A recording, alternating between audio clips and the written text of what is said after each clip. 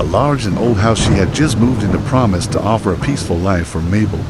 Living alone, Mabel chose this quiet and serene place as an escape from her busy business life. But the first night, he had trouble falling asleep. The slight hum coming from the walls of the house began to fill him with chills over time. One day, while Mabel was walking around the house, she came across an old diary on the dusty shelf of the library. The diary belonged to a woman who was the previous owner of the house. The woman wrote in detail about the strange events she experienced, the ghosts and restless spirits she saw in the house. While Mabel was surprised by these stories, a cold wind suddenly blew and she started to leaf through the pages. At that moment, fear filled Mabel, but her curiosity prevailed. At night, when he was home alone, he began to sense memories of the woman. The shadows on the wall were like signs of something. One evening, as Mabel was getting ready to sleep, the temperature inside the room suddenly dropped and the door opened by itself. At that moment, he took a deep breath and watched the door remain open. A woman began to appear as a slim silhouette. His face was unclear, but his eyes were telling something. The woman approached Mabel with a sad expression. "Do you remember me? I'm lost here," he said, his voice echoing. Even though Mabel felt her fear inside, when she saw the desperation in the ghost's eyes, she took a step further and said, "Do you know who you are?" he asked. The woman began to emerge abstractly from the darkness. "I can't leave here without confronting my past, but I need help," he replied. Mabel felt the woman's pain and decided to help her. The next day, Mabel started reading the diary again.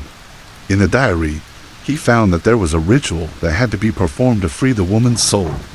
He learned that this ritual required a set of words written by the woman in an object, an old key. Mabel decided to investigate the basement of the house. This dark space, unused for a long time, was full of old items. At that moment, a door suddenly opened and the inside of a dark room appeared. The old items used in the construction of the house and the shadows of the past were filled with the burdens of the soul. Mabel finally found the key in a dusty box. His heart was beating fast. At midnight for several days, he thought over and over what the ghost woman had said to him and the ritual in the notebook. Finally, he gathered his courage and decided to save the woman's soul in the darkness of the evening. He returned to the room and circled the woman's soul with the key in his hand. "I haven't forgotten you. I will help," he said. The soul of the woman with shining eyes began to revolve around Mabel with a voice echoing from the wall. She said, "Use this key for the freedom of my soul," he said. Mabel repeated what the woman said and put the key into a door. When the door opened, a tremendous light emanated from it. Mabel saw the woman's soul melt into the light. "Thank you," said the ghost, looking into Mabel's eyes one last time and disappearing. From that day on, the old curse had no effect on the house. Mabel was saved by the weight of her past experiences, but found inner peace. This house was no longer just a building, but a home that held the memories of its past. But every evening, as he thought about this brave act he had committed, he felt the ghost woman staring at him. Mabel believed that by always remembering the ghost, she was truly setting his spirit free.